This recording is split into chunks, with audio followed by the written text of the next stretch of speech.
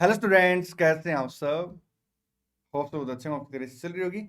हाँ जी मेरे प्यारे प्यारे बच्चों, आइए आज मैं आप लोगों को आईसीआई के स्टडी मटेरियल से insurance claims for loss of stock and loss of profit का चैप्टर कवर कराऊंगा। मैं आपको इस चैप्टर के इंस्टीट्यूट के स्टडी मटेरियल में जितने भी इलस्ट्रेशन है, क्वेश्चन है, सारे कवर कराऊंगा। अगर कोई इलस्ट्रेशन या क्वेश्चन आपका सिमिलर टाइप का तो हम लोग उसे क्या करेंगे, स्किप कर देंगे। नोट्स के लिए आपने क्या करना है, आपने हमारा टेलीग्राम चैनल ज्वाइन करना है और वहां से नोट्स आप डाउनलोड कर लेंगे। आप हमारा टेलीग्राम चैनल जरूर ज्वाइन करें, क्योंकि मैं जितने भी इंपॉर्टेंट नोट्स हैं सारे अपने टेलीग्राम चैनल पे शेयर करता रहता हूं। जो फ्री लाइव टेस्ट सीरीज में टेस्ट होंगे वो भी मैं अपने टेलीग्राम चैनल पे शेयर करूंगा, और बड़ी जल्दी मैं आप लोगों के लिए टॉप मोस्ट इंपॉर्टेंट क्वेश्चन भी लेके आऊंगा, वो भी मैं टेलीग्राम चैनल पे ही शेयर करूंगा। चलिए मेरे प्यारे प्यारे बच्चों, स्टार्ट कर लेते हैं चैप्टर।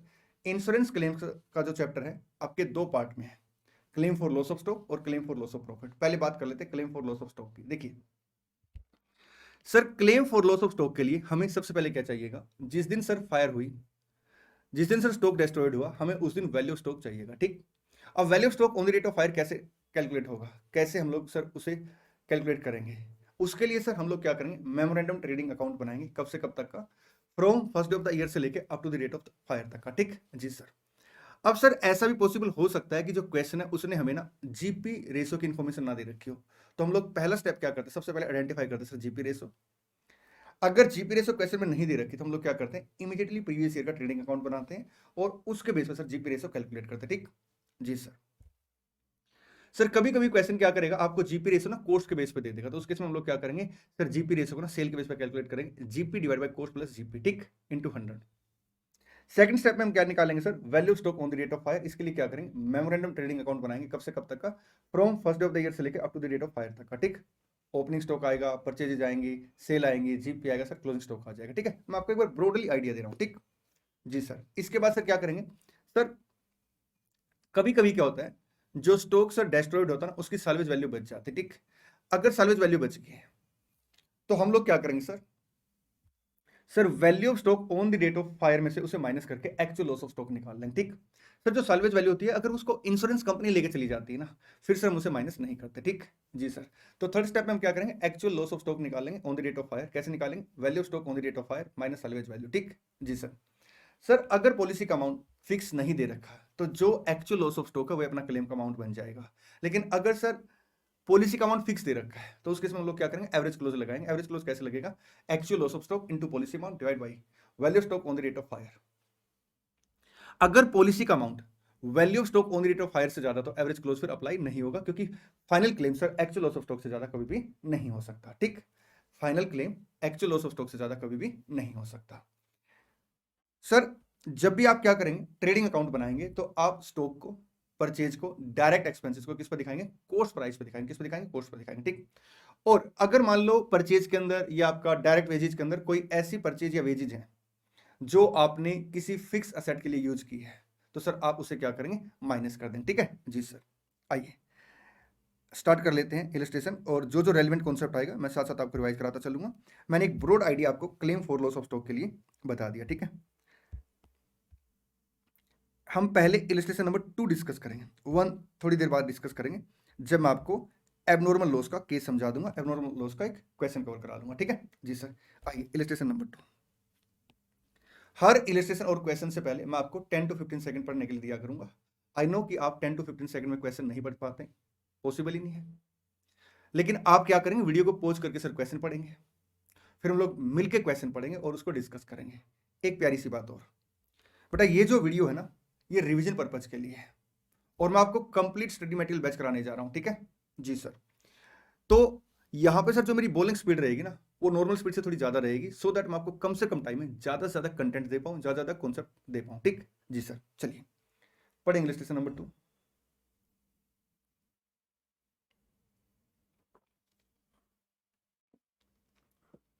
देखिए क्या लिखता है,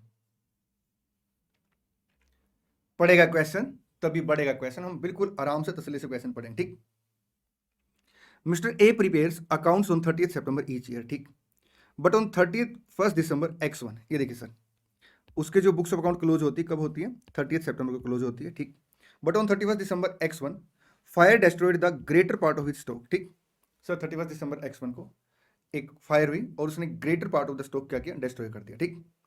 following information was collected from his book, sir उसकी बुक से इन्फॉर्मेशन कलेक्ट हुई है। आपको ओपनिंग स्टॉक दे दिया कब का, सर इन द ईयर जिसमें फायर हुई है, परचेजेस दे दी, वेजेस दे दी और आपको सेल दे दी, ठीक। आगे देखिए क्वेश्चन क्या लिखता है, the rate of GP is 33.33% on cost. अपना पहला स्टेप क्या रहता है, calculate GP ratio. Sir question यहाँ पे जीपी रेशो दे जरूर दी है, लेकिन वो किसके बेस पे दी है, कोस्ट के बेस पे दी है। तो हम लोग क्या करेंगे सर, उसे सेल के बेस पे कैलकुलेट करेंगे, क्योंकि सर मेमोरेंडम ट्रेडिंग अकाउंट में हम सेल को जीपी रेशो से मल्टीप्लाई करते हैं। तो सर जीपी रेशो किसके बेस पे होनी चाहिए, सेल के बेस पे होनी चाहिए। लेट कॉस्ट कितनी 100, जीपी 33.33, सेल वैल्यू आ गई। अगर मैं जीपी रेशो की बात करूं तो 33.33 डिवाइड बाई 133.33 इंटू 100, 25%, ठीक है जी सर। चलिए, stock to the value of 3000 was salvage, ठीक है। इंश्योरेंस पॉलिसी वाज फॉर 25,000, ठीक है। And claim was subject to average clause. अगर ये लाइन ना भी लिखता ना, claim was subject to average clause, तो ऑटोमेटिक डीम्ड होता। अगर पॉलिसी का अमाउंट दे दिया तो sir subject to average clause है, ठीक है। Additional information, stock at the beginning was calculated at 10% less than cost. Sir हम लोग क्या करते हैं, देखिए जीपी का मतलब क्या होता है, excess of selling price over cost price, ठीक। इसलिए हम लोग क्या करते हैं सर, स्टॉक को, परचेज को, डायरेक्ट एक्सपेंसेस को किस पर दिखाएंगे, कॉस्ट पर दिखाएंगे, ठीक है। तो ओपनिंग स्टॉक कितने से आएगा, मैं यहाँ बना लेता हूँ memorandum trading account from first day of the year से लेके up to the date of fire तक। तो 1 अक्टूबर X1 से लेके 31 दिसंबर X1 तक, ठीक। प्रीवियस ईयर का ट्रेडिंग अकाउंट बनाने की नीड नहीं है, क्यों सर, क्योंकि सर हम प्रीवियस ईयर का ट्रेडिंग अकाउंट तभी बना पाते हैं जब जीपी रेशो हमें नहीं दे रखी होती, ठीक। और अगर क्वेश्चन जीपी रेशो दे देगा तो सर वो वैसे भी इन्फॉर्मेशन नहीं देगा प्रीवियस ईयर के ट्रेडिंग अकाउंट के, ठीक है जी सर। आइए, सबसे पहले क्या आएगा, ओपनिंग स्टॉक किस पे आएगा, कॉस्ट पे, 29,700 डिवाइड बाई 90%, सर 33,000 आ गया ओपनिंग स्टॉक। उसके बाद क्या आएगा सर, उसके बाद परचेज है 75,000 की। एक बार क्वेश्चन पूरा पढ़ते हैं। A plant was installed by firm own worker, he was paid ₹500 which was included in the wages. देखिए, claim for loss of stock का मतलब है कि कितना स्टॉक डिस्ट्रॉयड हुआ। और स्टॉक कैसे कैलकुलेट करेंगे सर, स्टॉक कैलकुलेट करते हैं कॉस्ट प्राइस पे, ठीक है। तो यहाँ पे सर कॉस्ट में क्या आएगा सर, आपकी डायरेक्ट कॉस्ट आएगी। वेजेस सर डायरेक्ट कॉस्ट का पार्ट होता है, लेकिन आपने जो यहाँ पे वेजेस 33,000 का खर्चा दे रखा, इसमें से 500 की वेजेस किसके लिए यूज कर ली है सर, सर 500 की वेजेस उस प्लान से रिलेटेड है जिसको आपने कैपिटलाइज कर रखा है। तो अपने पास वेजेस का जो खर्चा आएगा वो कितने से आएगा,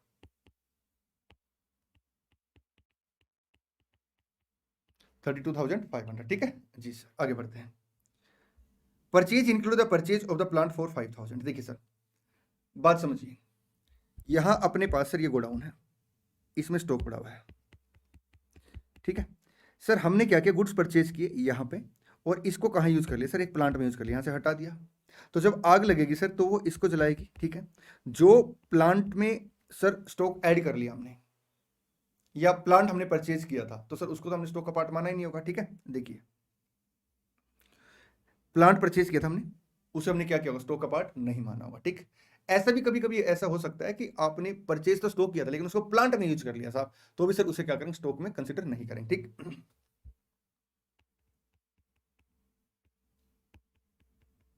-5,000, 70,000 आ गया, हाँ जी। टू परचेज सर 70,000, आपने प्रॉपर लिख के दिखाना, टू परचेज लेस प्लांट, ठीक। To wages 33,000 less plant 32,500।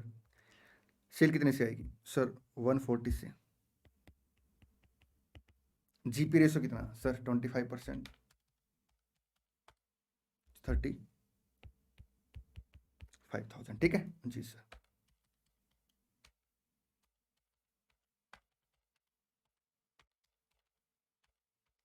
Sir value of stock on rate of fire कितना आ गया, 30,500।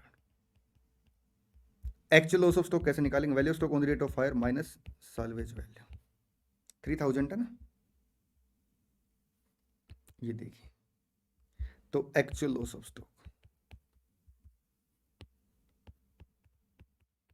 Actual loss of stock into value of stock on the rate of fire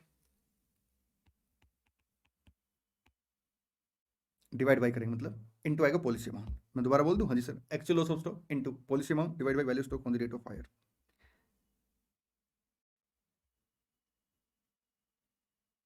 Actual loss of stock into policy amount divided by value of stock on the date of fire.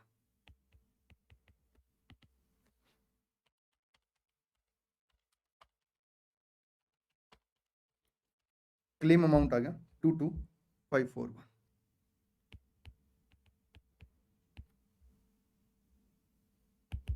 चले जी sir, आइए illustration number 3 पढ़ेंगे।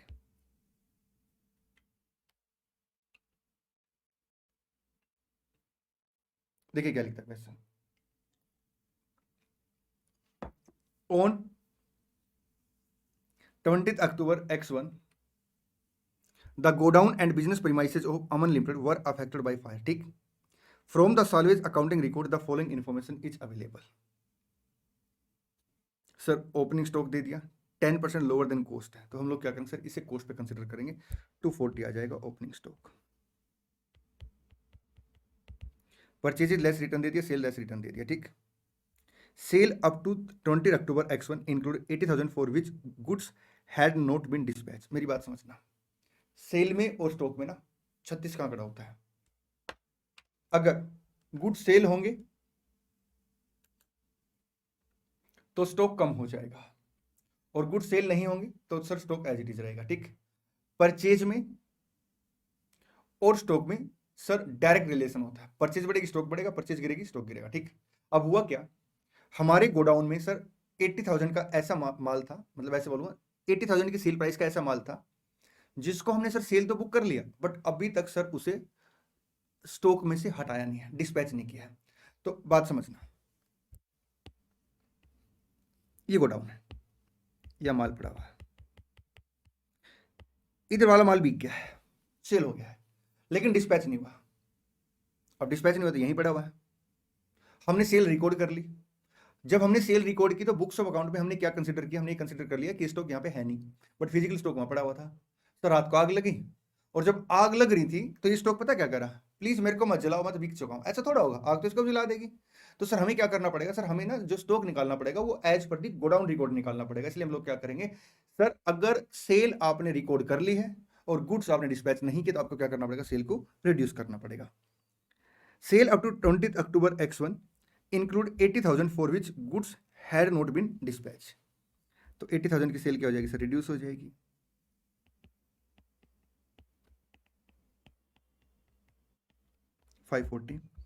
Purchase up to 20 October X1 did not include 40,000 for which purchase invoice had not been received from supplier, though goods have been received in the godown। देखिए sir, ये वाला जो goods है ना, ये वाले ये गोडाउन में आ चुके हैं, बट बुक्स में परचेज रिकॉर्ड नहीं हुई। अब जब आग लगेगी तो इसको भी जलाएगी, ये थोड़ा बोलेगा स्टॉक कि साहब मैं तो अभी रिकॉर्ड ही नहीं हुआ बुक्स में। भाई रिकॉर्ड है ना, वो आपकी अकाउंटिंग का पार्ट है, आग तो इसको भी जला देगी। इसलिए सर आपको क्या करना पड़ेगा, परचेज का अमाउंट बढ़ाना पड़ेगा, कितने से, 40,000 से।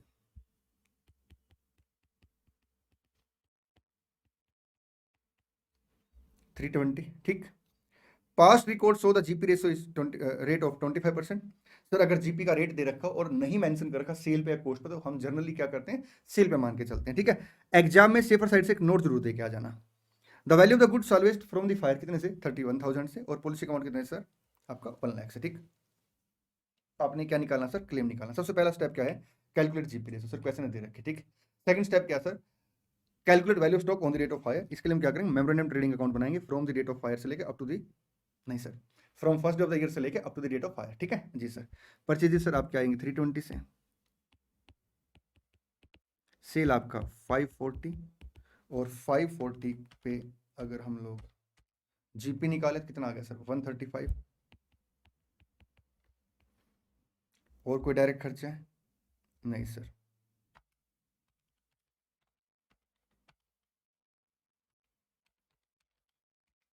$1,55,000 का क्या आ जाएगा, क्लोजिंग स्टॉक आ जाएगा।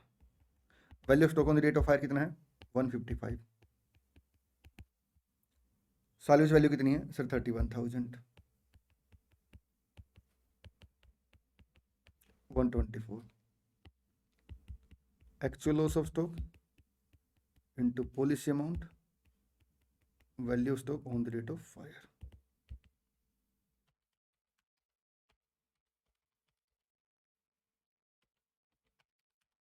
$80,000।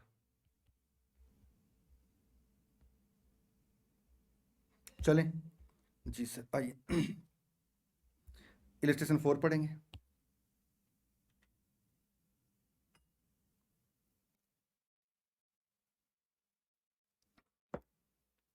On 12 June X2, fire occurred in the premises of N.R. Patel, a paper merchant. Most of the stock were destroyed. Cost of stock salvaged being 11,200. In addition, some stock was salvaged in a damaged condition and its value in that condition was agreed at rupees 10,500. मैं आपको बता दूं sir, चाहे goods destroyed हो चुके हो या damage condition में हो, सर हम लोग दोनों को कंसिडर करते हैं साल्वेज वैल्यू के लिए, ठीक है। तो साल्वेज वैल्यू से टोटल कितनी आ जाएगी अपनी 21,700। His stock at the close of account 31 दिसंबर को कितना था 83,500। ये देखिए सर, ओपनिंग स्टॉक आपका 83,500 है, ठीक है जी सर। परचेजेस सर आपकी 1,12,000 है। सेल ड्यूरिंग दैट पीरियड से कितने से 1,54,000 से है।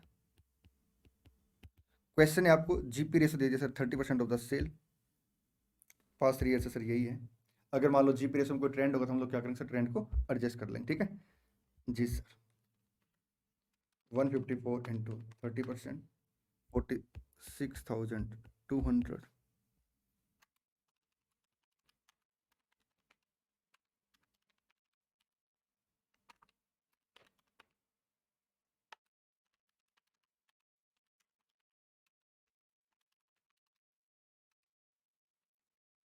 सर ये आ गया 87,700 आपका value stock on the rate of fire. Value stock on the rate of fire minus salvage value, actual loss of stock.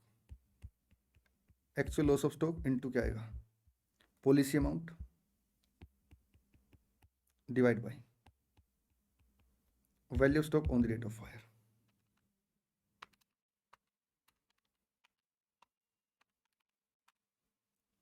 Four 5,154 ये आपका क्लेम अमाउंट आ जाएगा। चलें जी सर, आइए इलस्ट्रेशन नंबर 5 पढ़ेंगे। बट इलस्ट्रेशन नंबर 5 को मैं पढ़ाने से पहले मैं एक काम करता हूँ, एबनॉर्मल लॉस का कॉन्सेप्ट आपको एक्सप्लेन कर देता हूँ। देखिए सर, होता क्या है, जीपी का मतलब क्या होता है सर, जीपी का मतलब होता है एक्सेस ऑफ सेल प्राइस और कॉस्ट प्राइस, ठीक जी सर। इसलिए हम लोग क्या करेंगे सर, स्टॉक को हमेशा कॉस्ट पर दिखाएंगे। अब अगर मान लो अपने पास सर कोई ऐसा स्टॉक है जिसकी वैल्यू हमने रिड्यूस कर रखी है, ठीक, तो उसका क्या ट्रीटमेंट करेंगे। सबसे पहले सर जितनी वैल्यू को राइट ऑफ कर रखा उतनी राइट ऑफ वैल्यू को हम क्या करेंगे सर, स्टॉक का जो बैलेंस है उसमें ऐड कर देंगे, ठीक। स्टॉक कॉस्ट पे हो गया, हाँ जी। फिर स्टॉक के दो टुकड़े कर लेंगे, एक नॉर्मल एक एबनॉर्मल, ठीक। जो एबनॉर्मल स्टॉक है, अब उसके साथ सर क्या क्या घटना घट सकती है, या तो अनसोल्ड रह सकता है, या सर क्या हो सकता है सर, वो सोल्ड हो सकता है।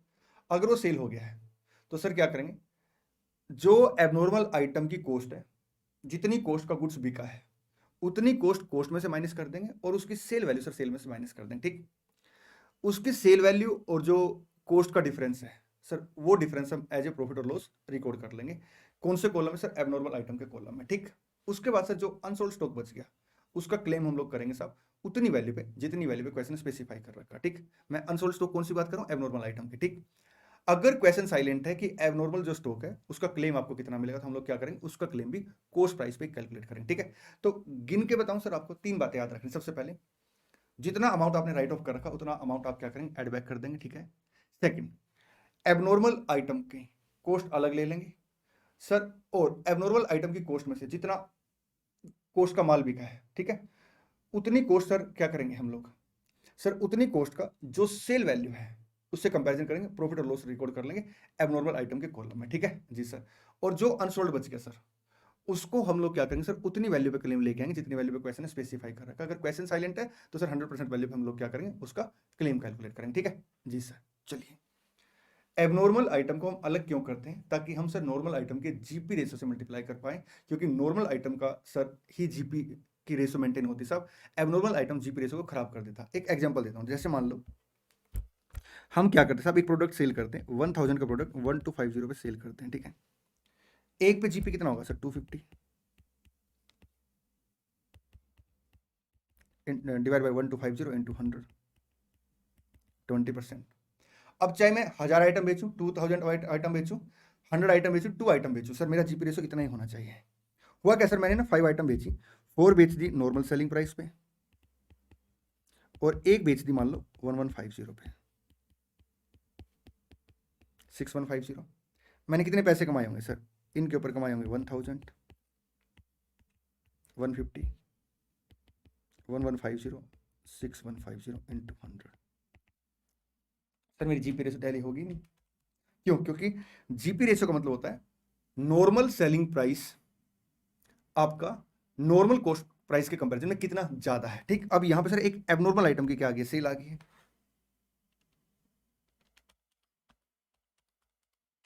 सर आपका 18.69% आ गया, जो कि गलत है। तो हम लोग क्या करेंगे साहब, एबनॉर्मल आइटम की कॉस्ट भी अलग कर देंगे और एबनॉर्मल आइटम की सेल भी अलग कर देंगे, ठीक। फिर जो सेल हुई है एबनॉर्मल आइटम की, उसका कंपैरिजन सर एबनॉर्मल आइटम की कॉस्ट के साथ करेंगे, जो डिफरेंस होगा उस प्रॉफिट और लॉस को अलग से रिकॉर्ड कर लेंगे, ठीक है। एबनॉर्मल आइटम जो अनसोल्ड बच गई है, उसका क्लेम कैसे कैलकुलेट करेंगे सर, उस रेशो उतनी परसेंट के हिसाब से, जितनी परसेंट के हिसाब से क्वेश्चन ने कहा। अगर क्वेश्चन साइलेंट हम लोग क्या करेंगे सर, कॉस्ट के हिसाब से उसका क्लेम कैलकुलेट करेंगे, ठीक है जी सर। आइए अब आप क्या करेंगे, मैं थोड़ी सी जगह बना लेता हूँ यहाँ पे, जो मैंने चीज़ें लिखी इसको थोड़ा बराबर में लिख देता हूँ। इलस्ट्रेशन नंबर 5 पढ़ेंगे आप,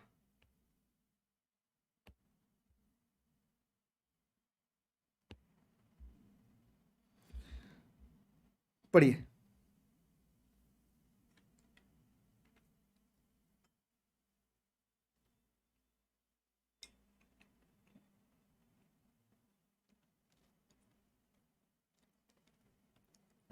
आइए मिलके पढ़ते हैं। मोस्ट इंपोर्टेंट की क्वेश्चन की लिस्ट में ये टॉप पे आता है, ठीक है जी sir. On 1 April X2 the stock of Shri Ramesh was destroyed by fire, ठीक है। 1 अप्रैल X2 को सर श्री रमेश का स्टॉक क्या हो गया, डिस्ट्रॉयड हो गया, किससे, फायर से। But sufficient record were saved from which following particulars were ascertained, लेकिन कुछ रिकॉर्ड बचा लिए सर। स्टॉक एट कॉस्ट, ये देखिए सर आग कब लगी है सर, अप्रैल X2 में लगी है, और ये इंफॉर्मेशन आपको जनवरी X1 की दी है सर, तो पिछले साल की इंफॉर्मेशन थी, ठीक है। स्टॉक सर आपका ओपनिंग स्टॉक आ गया, लास्ट ईयर का क्लोजिंग स्टॉक आ गया, लास्ट ईयर की परचेजेज आ गई, लास्ट ईयर की सेल आ गई, करंट ईयर की परचेज आ गई, करंट ईयर की सेल आ गई, ठीक।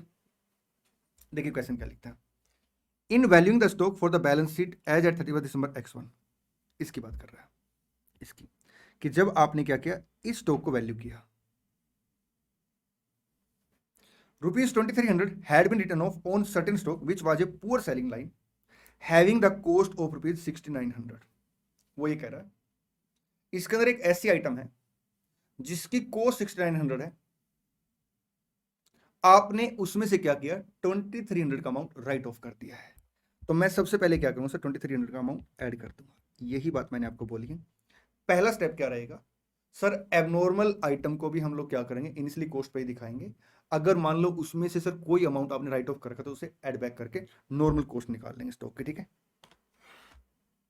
79,600 प्लस 2300 81,900, ये कॉस्ट आ गई, ठीक है जी सर। आगे देखिए, ए पोर्शन ऑफ दीज गुड्स, अब मैं क्या करूंगा सर, इस स्टॉक के दो पार्ट कर लूंगा, नॉर्मल गुड्स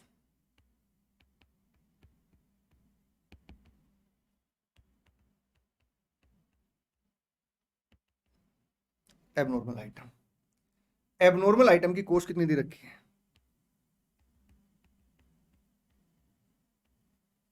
सर, 6900 दे रखी है, तो नॉर्मल आइटम की कॉस्ट कितनी बन जाएगी फिर सर, 75,000। कैसे, टोटल कॉस्ट 81,900 है, 81,900 टोटल कॉस्ट होगी, जिसमें से जो एबनॉर्मल आइटम है उसकी कॉस्ट कितनी है सर, 6900। कितनी है, 6900, ठीक। तो मैं 6900 माइनस कर दूंगा तो बैलेंस कॉस्ट आ जाएगी नॉर्मल आइटम की, ठीक है, कितनी, 75। आइए आगे देखिए क्वेश्चन क्या लिखता है, a portion of these goods, किसकी बात कर रहा सर यहाँ पे, एबनॉर्मल आइटम की। Sir a portion of these goods were sold in March X2 at a loss of 250 on original cost of 3450। देखिए सर, इसका एक पोर्शन जिसकी कॉस्ट कितनी है 3450 है, हमने क्या किया, सोल्ड कर दिया,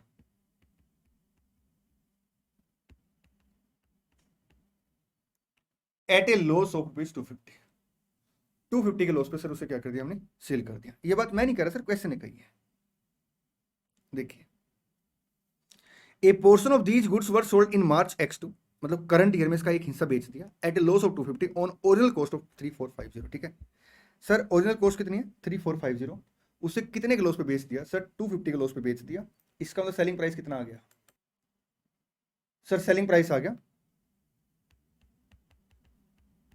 3450 माइनस 250, 3200। ठीक, और बाकी सर बैलेंस स्टॉक आपका यहां बच जाएगा 3450 कॉस्ट। सर तीन बातों में से पहली बात कौन सी थी, जो अमाउंट आपने राइट ऑफ कर रखा उसे एड बैक कर देंगे, कर दिया। सेकंड, एबनॉर्मल आइटम को अलग कर लेंगे और जो एबनॉर्मल आइटम की सेल है उसे सेल में से माइनस कर देंगे और कॉस्ट को कॉस्ट में से माइनस कर देंगे, इसे कॉस्ट में से माइनस कर देंगे। ठीक, इन दोनों का जो डिफरेंस है लॉस, उसे सर क्या करेंगे, एबनॉर्मल आइटम के कॉलम में रिकॉर्ड कर लेंगे। ठीक, अब अपने पास जो क्लोजिंग स्टॉक बचेगा ना, उस क्लोजिंग स्टॉक के अंदर सर गोडाउन में 3450 की एबनॉर्मल आइटम बचेगी, बैलेंस सर नॉर्मल आइटम बचेगी। सर एबनॉर्मल आइटम का क्लेम हम लोग कैसे लेंगे sir, at the percent as specified in the question. Question कहेगा 60% क्लेम मिलेगा, हम क्या करेंगे 60% क्लेम लेंगे। ठीक, क्वेश्चन कहेगा 80% क्लेम मिलेगा, हम 80% क्लेम लेंगे। क्वेश्चन कहेगा कोस्ट पे क्लेम मिलेगा, हम कोस्ट पे क्लेम लेंगे। अगर क्वेश्चन कुछ भी नहीं कहता, पता हम क्या करेंगे, हम तब कोस्ट पे ही क्लेम लेंगे। ठीक है जी सर, देखिए the reminder of this stock 3450 जो है was now estimated to be worth its original cost. Sir उसको हमने एस्टिमेट लगाया है और अब वो ओरिजिनल कॉस्ट पे पहुंच गया है। अब वो किस पे पहुंच गया, अब वो ओरिजिनल कॉस्ट पे पहुंच गया। Subject to the above exception, gross profit had remained at a uniform rate throughout the year. ठीक sir, value of stock service कितने से है 5800 से, पॉलिसी का अमाउंट कितने से 50,000 से, सब्जेक्ट टू एवरेज क्लोज है, work out the amount of the claim of loss by fire. आइए शुरू करते हैं। सबसे पहले क्या आएगा sir, calculation of GP ratio. इसके लिए क्या करेंगे, इमीडिएटली प्रीवियस ईयर का ट्रेडिंग अकाउंट बनाएंगे और स्टॉक को किस पे दिखाएंगे, परचेज को किस पे दिखाएंगे, कॉस्ट प्राइस पे। ठीक है, आइए ओपनिंग स्टॉक 73,500 सर, आपका बाई क्लोजिंग स्टॉक आएगा 81,900 से। ये देखिए, टू परचेजेस 398 से, बाई आपका आएगा सेल्स 487 से, 487 से सेल आ गई सर। ठीक है, बैलेंसिंग फिगर जीपी आ गया 97,400 डिवाइड बाई 4,87,000, 20% सर अपना जीपी रेशो आ गया। ठीक, इसके बाद क्या करेंगे sir, value of stock on the date of fire calculate करेंगे। Value of stock on the date of fire calculate करने के लिए हम क्या करेंगे सर, मेमोरेंडम ट्रेडिंग अकाउंट बनाएंगे। कब से कब तक का, from first day of the year से लेकर up to the date of fire तक का। ठीक है, आइए सबसे पहले क्या आएगा सर, ओपनिंग स्टॉक आएगा 75,000, 6900 और 81,900। ये देखिए सर, ओपनिंग स्टॉक आ गया 81,900 का हमने क्या किया सर, बाइफरकेट कर लिया, एबनॉर्मल आइटम अलग कर ली और नॉर्मल आइटम अलग होगी। ठीक, आगे चलते हैं सर, बाई सेल कितने से है सर, 231,200 से है। हम क्या करेंगे सर, 213,200 में से आपका जो एबनॉर्मल आइटम बिकी है उसका सेल प्राइस एबनॉर्मल आइटम के कॉलम में दिखाएंगे 3200, बैलेंस कितने से आएगा 228 से आ जाएगा। ये देखिए, अब सर इस 6900 में से 3450 की कॉस्ट का माल 250 के लॉस पे बिका है, तो 250 का लॉस यहाँ पे रिकॉर्ड कर लेंगे। ठीक जी सर, आगे बढ़ते हैं। परचेजेज कितने से है सर, 162 से। ये लो जी, अब ये जो 228 की सेल है इनटू जीपी रेशो सर, 45,600 का जीपी आ गया। बैलेंसिंग फिगर सर आपका क्लोजिंग स्टॉक आ जाएगा। कैसे आएगा सर, देखिए यहां जो बैलेंस आएगा नॉर्मल आइटम है, ये आपका नॉर्मल आइटम का स्टॉक आ गया। ये बैलेंस सर कौन सा आ गया सर, एबनॉर्मल आइटम का स्टॉक आ गया। कितनी वैल्यू पे आएगा सर, ये 100% पे आएगा, क्योंकि क्वेश्चन है। बल्कि ऐसा करता हूं मैं, इसको अलग से लिख के दिखाता हूं। नॉर्मल आइटम जी sir, abnormal item at cost. ये बात कहां लिख रखी, ये देखिए, the reminder of this stock was now estimated to be worth at its original cost. ठीक जी सर,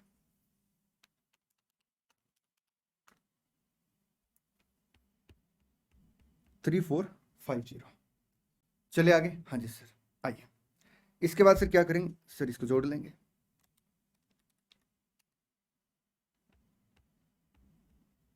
इसमें से क्या माइनस करेंगे सर? सैल्वेज वैल्यू माइनस करेंगे। कितनी सैल्वेज वैल्यू है? 5800 की। सर ये आ गया value of stock on the rate of fire. इसमें से value of stock on the rate of fire में से सैल्वेज वैल्यू माइनस कर देंगे, एक्चुअल लॉस ऑफ स्टॉक आ जाएगा 52250। Actual loss of stock into policy amount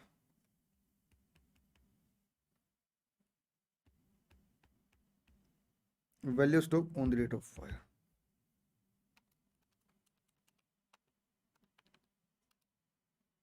₹45,004 claim amount आ गया। चले जी सर। सर नेक्स्ट क्वेश्चन आपका एक सिमिलर क्वेश्चन है, इसे आप खुद से प्रैक्टिस करेंगे। जो हमने अभी इलस्ट्रेशन किया ना उसकी तरह ये मैं एक काम करता हूँ, एक बार ना इलस्ट्रेशन 1 और अपना बचा हुआ है उसको और कवर करा लेता हूँ।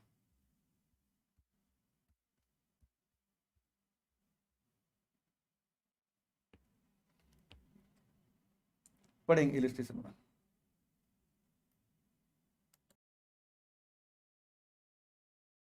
From the following information sorry ascertain the value of stock as on 31 March X2। आपने सर स्टॉक की वैल्यू निकालना, ठीक है। स्टॉक ओपनिंग दे दिया 28,500 से, परचेज दे दी, मैन्युफैक्चरिंग एक्सपेंसिस डायरेक्ट कॉस्ट का पार्ट है, सेलिंग एक्सपेंसिस सर आपका इनडायरेक्ट कॉस्ट का पार्ट है, ये आपकी इन्वेंट्री कॉस्ट में नहीं आएगा। Admin expenses, financial expenses sir ये इनडायरेक्ट एक्सपेंसिस है, सेल दे दी, ठीक।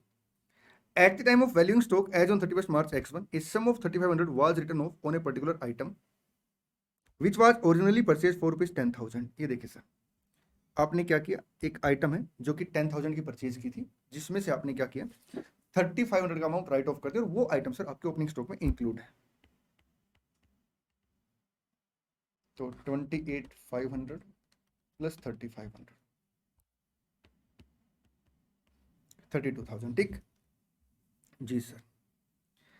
And was sold during the year for 9,000। Sir इस साल आपने क्या किया, उसे 9,000 की बेच दी। Bearing the transaction relating to this item the gross profit earn during the year was 20% on sale. Sir normally आपका इस ट्रांजेक्शन के अलावा क्या है, जीपी से 20%। आइए सबसे पहले सर हम क्या करेंगे, सर स्टॉक को अलग कर लेंगे। आपका नॉर्मल आइटम 22,000 से, कैसे सर, देखिए अब नॉर्मल आइटम आपकी 10,000 है, टोटल स्टॉक आपका 32,000 है। एक सेकेंड, ठीक जी सर। आइए क्रेडिट साइड में नॉर्मल आइटम, एबनॉर्मल आइटम,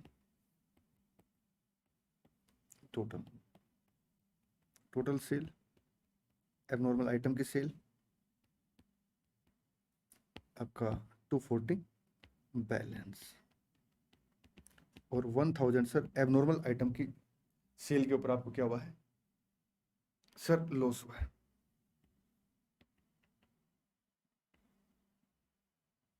चले आगे जी सर। 240 पे सर आपका जीपी कितना आ जाएगा सर, जीपी अपना है 20%, 80,000, ठीक है जी सर। यहाँ पे अगर आप देखेंगे तो परचेजेज है 1,500 से, मैन्युफैक्चरिंग एक्सपेंसिस डायरेक्ट एक्सपेंसिस 30,000 से, बाकी सर ये तीनों खर्चे आपके इनडायरेक्ट एक्सपेंसिस, ठीक है जी सर। 22,000 प्लस आपका 1,500 प्लस आपका 80,000 माइनस सर आपका आएगा, एक second,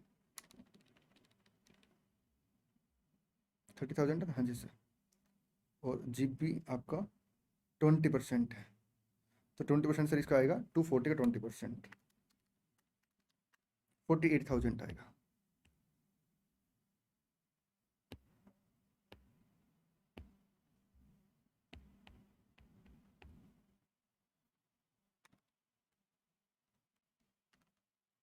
$22,000 plus 1,500 plus 30,000 plus 48,000 minus 240, 12,500 से सर आपका क्या आ गया, स्टॉक आ गया। ठीक, ये देखिए सर 12,500 से आपका वैल्यू ऑफ स्टॉक आ गया। बिल्कुल आसान सा क्वेश्चन है।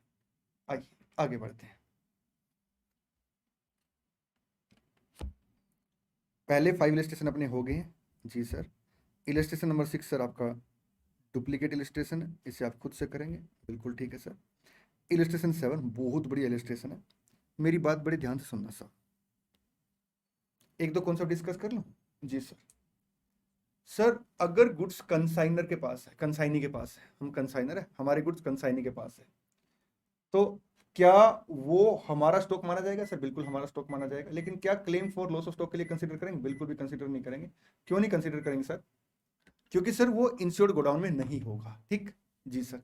ऐसे सर कभी कभी क्या होता है, हम थर्ड पार्टी को ना गुड्स दे देते हैं कि पसंद आए तो रख लेना भैया, नहीं तो वापस दे देना। पसंद आए तो रख लेना, नहीं तो क्या करना, वापस दे देना। ठीक जी सर।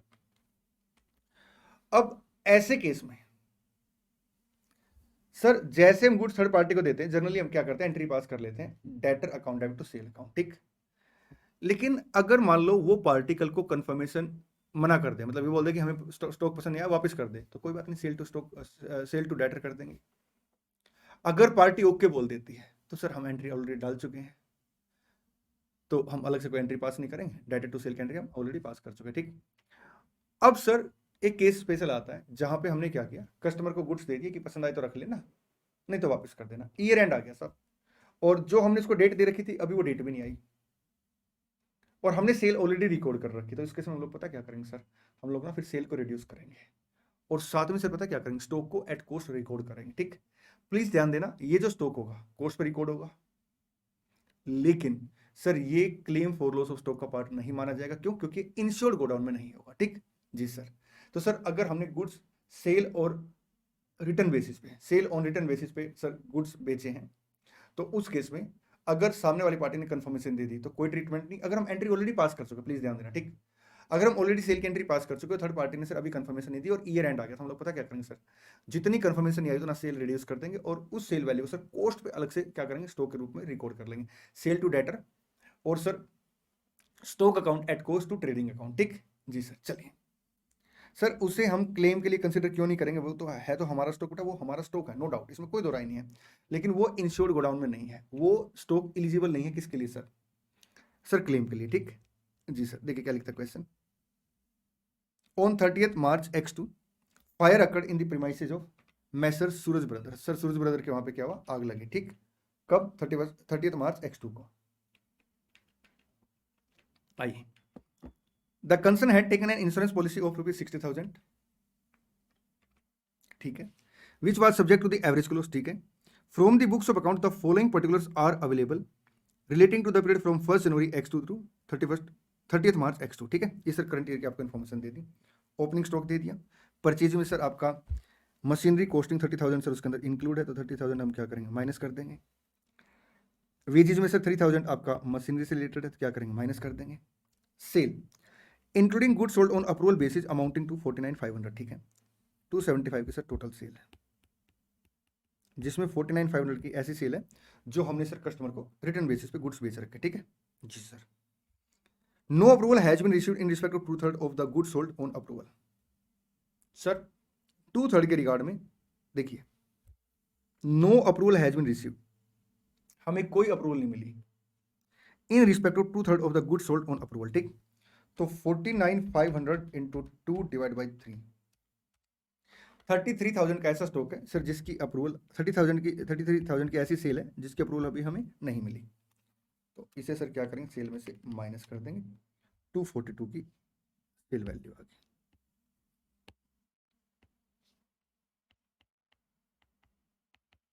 और इसे क्या करेंगे सर, एट कॉस्ट रिकॉर्ड करेंगे। ठीक, the average rate of GP कितने से, 20% से, तो सर इसमें से 20% माइनस कर देंगे, तो सर स्टॉक को हम क्या करेंगे, 26,400 की कॉस्ट में दिखाएंगे। ठीक, the value of stock salvage कितने से, 12,300 से। ठीक, आपने क्या करना सर, क्लेम का अमाउंट कैलकुलेट करना। सबसे पहले सर क्या आएगा, ओपनिंग स्टॉक कितने से, 95,600 से। फिर क्या आएगा सर, परचेजेज कितने से, 140 से। फिर क्या आएगा सर, वेजेज कितने से सर, 50 माइनस 3,000 47,000 से। फिर क्या आएगा सर, सेल आएगी 270, अच्छा हमने कैलकुलेट करके 275 माइनस 33 242, और इसके ऊपर से जीपी आ जाएगा आपका ना,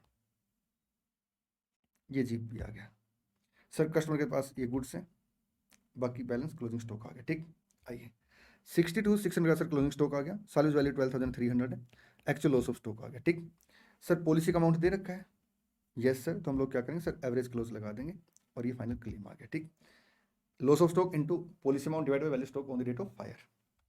चलिए सर, नेक्स्ट कॉन्सेप्ट आता है अपना claim for loss of profit. देखिए sir, claim for loss of profit में हम लोग बेसिकली क्या करते हैं सर, 6 स्टेप फॉलो करते हैं।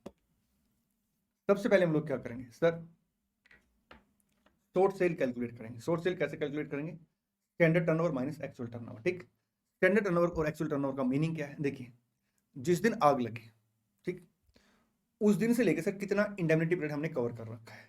ठीक, अफेक्टेड पीरियड वो क्या बन जाएगा अपना सर, वो बन जाएगा sir affected period, indemnity period. ठीक, उसके अंदर सर जो सेल होगी उसको हम एक्चुअल टर्नओवर बोलेंगे, और इमीडिएटली प्रीवियस ईयर के सेम टाइम पीरियड की सेल को हम क्या बोलेंगे, स्टैंडर्ड टर्नओवर बोलेंगे। इसका हिंदी मतलब ये होता है साहब कि अगर आग नहीं लगती तो मेरी टर्नओवर कितनी होती, इमीडिएटली प्रीवियस ईयर के सेम टाइम पीरियड हम लोग क्या करेंगे, टर्नओवर कंसीडर करेंगे। ठीक, ऐसा भी हो सकता है कि इस साल सर क्या हो, आपका सेल में ट्रेंड हो। सेल में ट्रेंड का मतलब क्या है सर, सेल में ट्रेंड का मतलब ये है कि जैसे मान लो पूरी इंडस्ट्री में जिसमें हम काम कर रहे हैं, इस बार ना 20% से सेल ग्रो कर रही है, तो हम लोग पता क्या करेंगे, जो इमीडिएटली प्रीवियस ईयर की सेल है ना सेम टाइम पीरियड की, उसमें 20% ऐड कर देंगे, और उसके बाद सर क्या करेंगे, एक्चुअल टर्नओवर को माइनस कर देंगे, शॉर्ट सेल निकल जाएगी। ठीक सर, ऐसा भी हो सकता है कि ट्रेंड डिक्रीज हो, बिल्कुल अगर ट्रेंड डिक्रीज है तो हम लोग क्या करेंगे सर, जो इमीडिएटली प्रीवियस ईयर की ना सेम टाइम पीरियड की सेल है उसमें सर क्या करेंगे, ट्रेंड के हिसाब से रिड्यूस कर देंगे। ठीक जी सर। सेकंड स्टेप में हम क्या करेंगे सर, जीपी रेशो कैलकुलेट करेंगे। सर यहाँ पे जीपी रेशो का मतलब है net profit plus insured standing charges. ठीक, डिवाइड बाई क्या आएगा सर, आपका प्रीवियस ईयर टर्नओवर।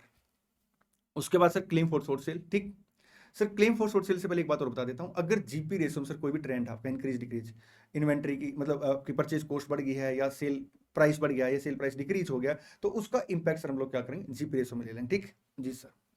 इसके बाद आएगा क्लेम फॉर आपका short cell. Short cell step 1 में into GP ratio into step 2 में सर आपका आ जाएगा क्लेम फॉर शॉर्ट सेल। ठीक, होता क्या साहब, ड्यूरिंग इंडेमनिटी पीरियड ना मेरा बिजनेस अफेक्ट हो जाता है। अब एंटिटी का बिजनेस अफेक्ट हो जाता है, तो एंटिटी क्या करती है सर, अपने बिजनेस के मेंटेन करने के लिए ना एडिशनल एक्सपेंडिचर इनकर करती है। तो क्या एडिशनल एक्सपेंडिचर का क्लेम मिल जाएगा सर, मिल जाएगा, लेकिन सर सब्जेक्टिव है। सब्जेक्टिव क्या, एक तो आपका actual additional expenditure, lower of 3 आएगा। पहला actual additional expenditure, second actual additional expenditure into adjusted annual turnover into GP ratio divide by adjusted annual turnover into GP ratio plus uninsured standing charges. ठीक, एक तरीके से sir हमने क्या किया है, जो हमने एडिशनल एक्सपेंसेस एक्चुअली इनकर्ड किया उसे प्रोपोर्शनेट कर दिया साहब। ठीक है जी सर। एडजस्टेड एनुअल टर्नओवर का मतलब क्या, देखिए पहले मैं आपको प्रीवियस ईयर की टर्नओवर बता दूं। हाँ जी, जिस ईयर में आग लगी उससे पिछला साल सर प्रीवियस ईयर कहलाएगा। ठीक, जिस ईयर में आग लगी, ठीक, उससे पिछला साल क्या कहलाएगा, प्रीवियस ईयर कहलाएगा। अब मेरी वर्डिंग सुनना, जिस डेट पे आग लगी साहब, डेट पे, उस डेट से लास्ट 12 मंथ सर क्या बन जाएंगे, आपके एनुअल टर्नओवर बन जाएगी। ठीक, अब एनुअल टर्नओवर में हम लोग क्या करेंगे सर, ट्रेंड एडजस्ट कर देंगे, तो एडजस्टेड एनुअल टर्नओवर बन जाएगी। ठीक, एडजस्टेड एनुअल टर्नओवर बन जाएगी। ठीक जी सर।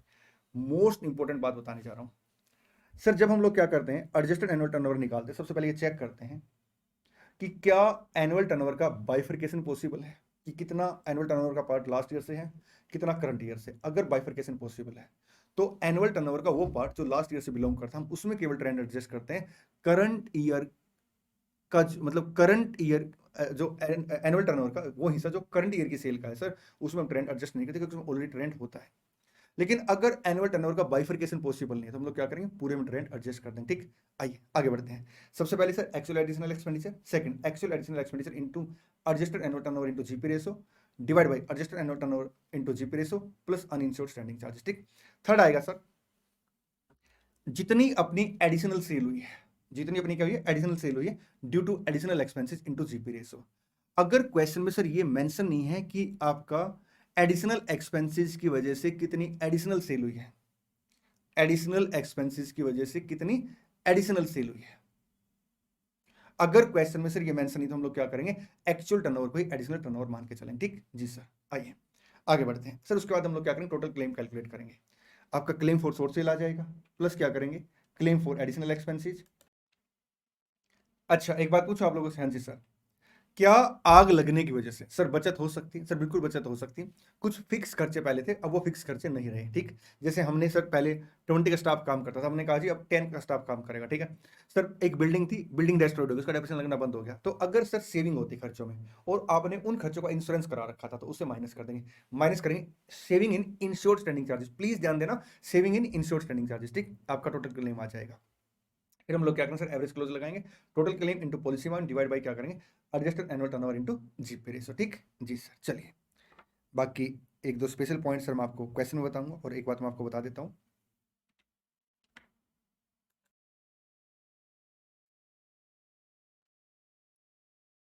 जब भी हम claim for loss of profit की बात करेंगे तो हम लोग पता क्या करेंगे सर, हम लोग ना डायग्राम बनाएंगे। ठीक है, मैं आपको इलस्ट्रेशन 9, 10, 11 बैक टू बैक बड़े अच्छे इलस्ट्रेशन, ये तीनों करा देता हूँ, 8 आप अपने आप कर लेना। ठीक है जी सर, चलिए। ए फायर अकर्ड, अच्छा सर पढ़ने का टाइम तो जल्दी पढ़िए।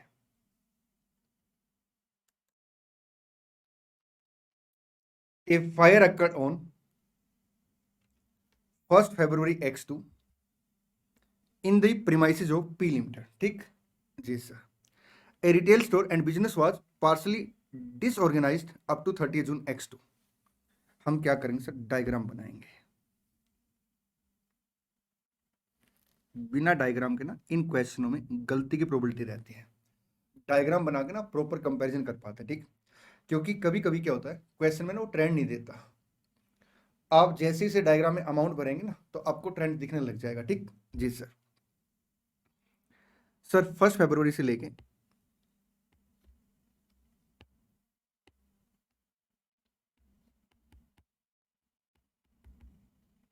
आपका 30 जून ये अफेक्टेड पीरियड है। ठीक है, तो एक रफली सा आइडिया ले लेते हैं, 1st February X1 से लेके 30 जून X1 तक। The company was insured under a loss of profit for 1,25,000 with a 6 month period indemnity. ठीक है, from the following information compute the amount of claim under the loss of profit policy assuming entire sale during the interrupted period was due to additional expenses. ठीक है, उसने बोल दिया साहब कि जो आपकी एक्चुअल टर्नओवर है ना इंटरप्टेड पीरियड में, वही आपकी एडिशनल सेल है। सर एडिशनल सेल का रूल कब आएगा, जब हम लोग एडिशनल एक्सपेंसेस के लिए क्लेम निकालेंगे। ठीक, additional sale into GP ratio. ठीक, देखिए आगे क्या लिखता है,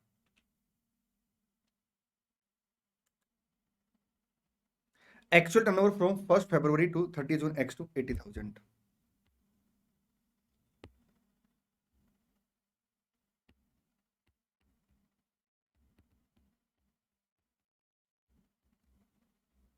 turnover from 1st February to 30 June X1 2 lakh.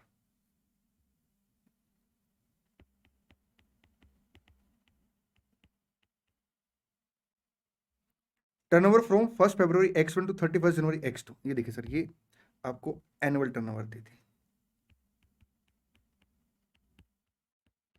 कितने से सर 450 से। ठीक जी sir, net profit for the last financial year कितने से 70,000 से। Insured standing charges for the last financial year कितने से सर 56,000 से। तो जीपी रेशो कैसे कैलकुलेट करते हैं, net profit plus insured standing charges divide by immediately previous year turnover. ठीक, total standing charges for the last financial year कितने sir 64,000 से, तो 8,000 से सर क्या आ जाएगा आपका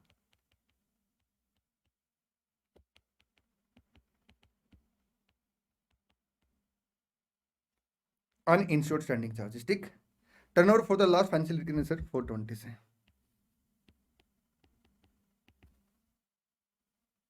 The company incurred additional expenses amounting to 6,700 which reduced the loss in the turnover। ठीक, ये आपका additional expenses है। There was also a saving during the indemnity period of rupees 2450 in the insured standing charges। Please ध्यान देना, अगर ये बचत ना जो 2450 की है, ये अगर इंश्योर्ड स्टैंडिंग चार्जेस में ना होके अनइंश्योर्ड स्टैंडिंग चार्जेस में होती तो हम इसे कंसिडर नहीं करते। आगे देखिए क्वेश्चन क्या लिखता है। There had been a considerable increase in the trade since the date of the last annual account, and it has been agreed that an adjustment of 15% be made in respect of the upward trend in the turnover. Sir आपने 15% का क्या करना, trend लेना किसके अंदर, turnover के अंदर। ठीक, आइए पहला स्टेप, कैलकुलेट शॉर्ट सेल। कैसे निकलेगी sir, standard turnover, short cell. Standard turnover कितने से है सर, 2 लाख से, प्लस ट्रेंड 15% से, माइनस एक्चुअल टर्नओवर 80,000 से। तो सर शॉर्ट सेल कितने से आ गई, 150 से। सेकंड स्टेप, जीपी रेशो कितना आ जाएगा,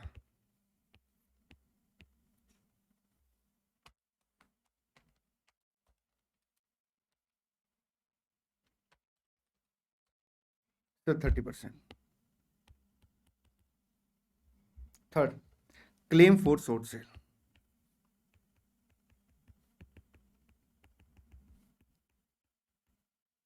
$45,000। उसके बाद क्या आएगा सर, उसके बाद आएगा एडिशनल एक्सपेंसेस का क्लेम, लोअर ऑफ 3। पहला एडिशनल एक्सपेंसेस कितने से सर, 6700 से। Second, additional expenses into adjusted annual turnover into GP ratio. अब यहाँ पे सर एडजस्टेड एनुअल टर्नओवर कैसे निकलेगी, एनुअल टर्नओवर प्लस ट्रेंड। अब यहाँ पे अगर आप देखेंगे तो सर क्वेश्चन में ना बाइफर्केशन नहीं दे रखा कि करंट ईयर की सेल कितनी है, इसमें से 450 में से प्रीवियस ईयर की सेल कितनी, तो हम लोग क्या करेंगे सर, इस पे 15% ट्रेंड ऐड कर देंगे। तो एडजस्टेड एनुअल टर्नओवर का अमाउंट कितने से आ गया, 450 प्लस 15% सर 517,500 से। आइए 517,500 इंटू क्या आएगा सर, इंटू आएगा आपका जीपी रेशो। कितने से जीपी रेशो सर, हमने कैलकुलेट की थी 30% से, डिवाइड बाई क्या आएगा sir, adjusted annual turnover into GP ratio plus uninsured standing charges. तो ये अमाउंट आ जाएगा सर आपका 517,500 इंटू 30%, 155,250 डिवाइड बाई 163,250। सर ये आएगा आपका इंटू 6700, 6372। ठीक जी सर। आइए थर्ड पॉइंट क्या आएगा, additional sale due to additional expenses कितने से है सर, एडिशनल सेल अपनी एक्चुअल टर्नओवर है 80,000 इंटू 30% 24,000। ठीक जी सर। आइए फिफ्थ पॉइंट पे हम क्या करेंगे सर, टोटल क्लेम कैलकुलेट करेंगे। आपका शॉर्ट सेल का क्लेम 45,000, एडिशनल एक्सपेंसेस का क्लेम 6372। यहाँ पे अगर आप देखें तो लोअर कितना आ गया, 6372 minus saving in insured standing charges कितने से है सर, 2450 से। ये आ गया आपका total claim.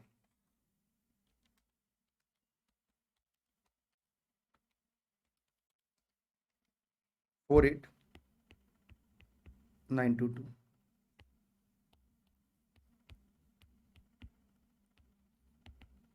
Into policy amount कितने से है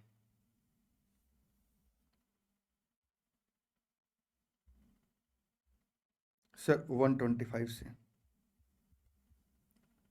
divide by adjusted annual turnover into GP ratio.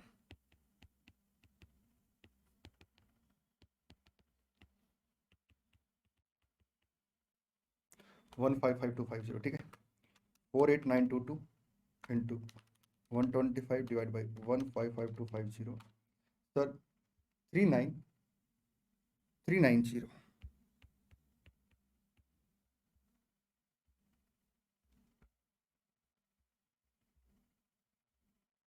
ये देखिए, चलें जी सर, आइए इलस्ट्रेशन नंबर 10 पढ़ेंगे।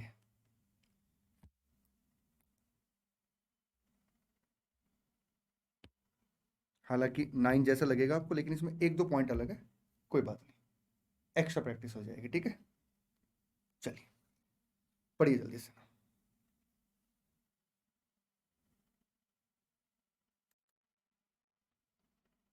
The premises of XY Limited were partially destroyed by fire on 1st March X2, and as a result the business was practically disorganized up to 31st August X2, ठीक है।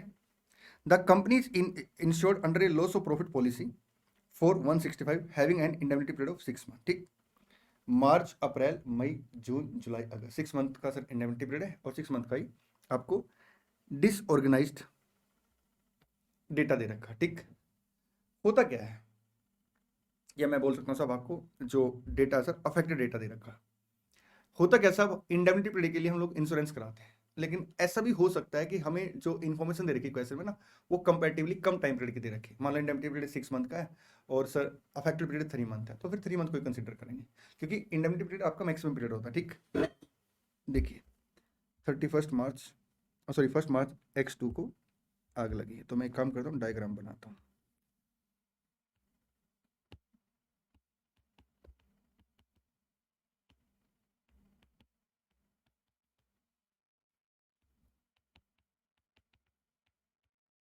First March X1, 31st August X1।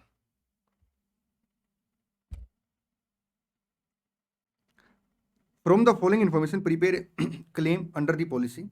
Actual turnover during the period of dislocation 80,000.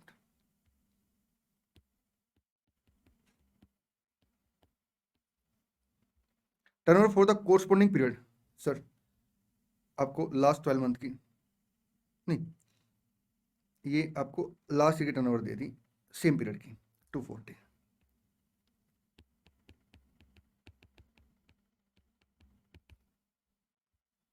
Turnover for the 12 month immediately preceding the fire, annual turnover.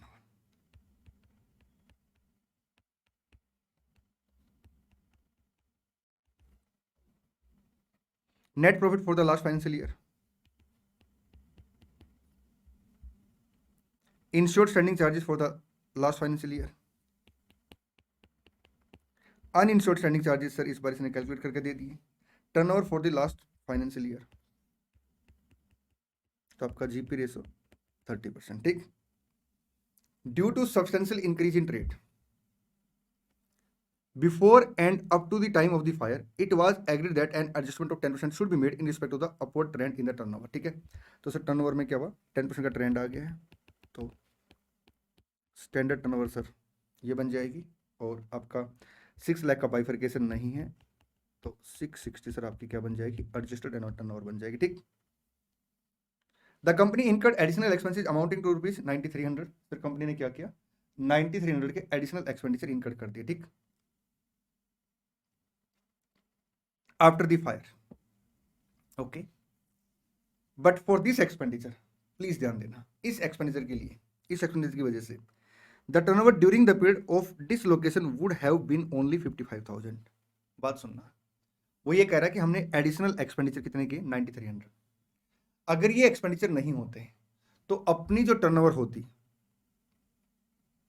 कितनी होती, केवल 55,000 होती। इसका मतलब sir देखिए 80,000 की अपनी एक्चुअल टर्नओवर है ड्यूरिंग आपका affected period, the turnover during the period of dislocation would have been only 55,000। 55,000 turnover होती, तो इसका मतलब सर एडिशनल सेल कितने से आएगी अपनी, 25,000 से।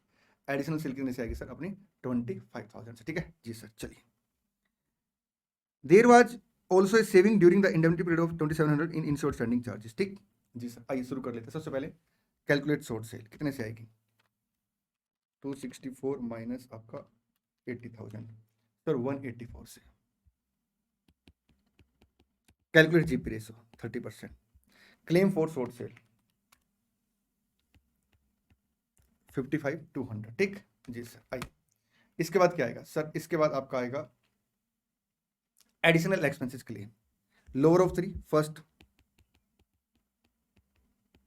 actual additional expenditure 9300, second actual additional expenditure into adjusted annual turnover into GP ratio divided by adjusted annual turnover into GP ratio plus uninsured standing charges। कितने से हैं सर? ये है अपने 5000 से।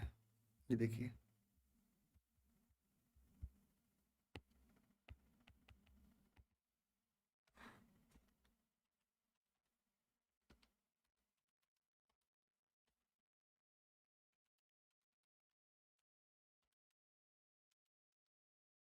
$90,700। थर्ड आएगा एडिशनल सेल ड्यू टू आपका additional expenses 25,000 से इंटू GP रेशो 7500 आ गया, ठीक। आइए सर टोटल क्लेम कैसे निकलेगा? Claim for short sale plus claim for आपका additional expenses minus saving in insured standing charges 2700। तो आपका सर क्लेम आएगा, टोटल क्लेम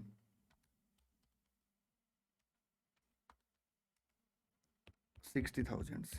आइए एक्चुअल लॉस मतलब टोटल क्लेम कितने से सर? 60,000 से, ठीक है।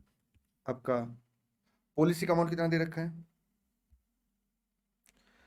Sir? 165 divide by 660 into 30%।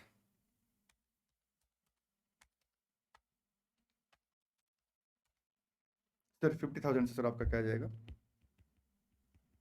Final claim का अमाउंट आ जाएगा, ठीक जी सर। ये देखिए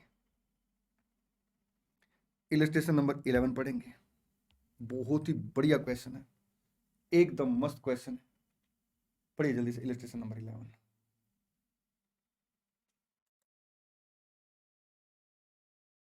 Sony Limited trading and P&L account for the year ended 31st December X1 were as follows। Trading and P&L account दे दिया 31 दिसंबर X1 का, ठीक है जी sir. The company had taken out a fire policy for rupees 3 lakh and a loss of profit policy for rupees 1 lakh having an indemnity period of 6 month. Sir ये देखिए question में ना इंडेमनिटी पीरियड आपको 6 मंथ दे रखा है। A fire occurred on 1 April X2 at the premises and the entire stock were gutted with nil salvage value। The net quarter sale 1st April X2 to 30 June X2 was severely affected। अब ये देखिए sir indemnity period कितना है? 6 month, लेकिन आग की वजह से सर जो पीरियड अफेक्ट हुआ वो कितना हुआ सर? 3 मंथ। तो हम लोग क्या करेंगे? 3 मंथ का क्लेम निकालेंगे, ठीक। The following are the other information. Sir देखिए इस क्वेश्चन में एक तो हमें क्या करना, claim for loss of stock निकालना on the rate of fire, ठीक, और एक claim for loss of profit policy निकालना, ठीक जी sir. Claim for loss of profit निकालना है जिसकी हमने पॉलिसी ले रखी है, कितने की सर? 1 लाख की। The following are the other information. हम लोग जो डायग्राम बनाएंगे सर उसमें हमारा मेन फोकस किस पे होता है सर? सेल पे मेन फोकस होता है। देखिए एक सेकंड कलर चेंज कर लो डायग्राम का जी सर। 1 अप्रैल X2 को सर आग लगी,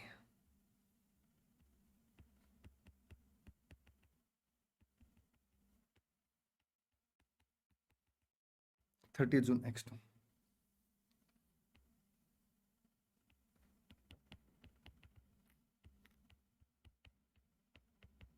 X1। सर ये जो टर्नओवर होगी ये क्या कहलाएगी? Standard turnover. ये टर्नओवर कौन सी होगी सर? Actual turnover. सर ये जो टर्नओवर होगी कौन सी होगी?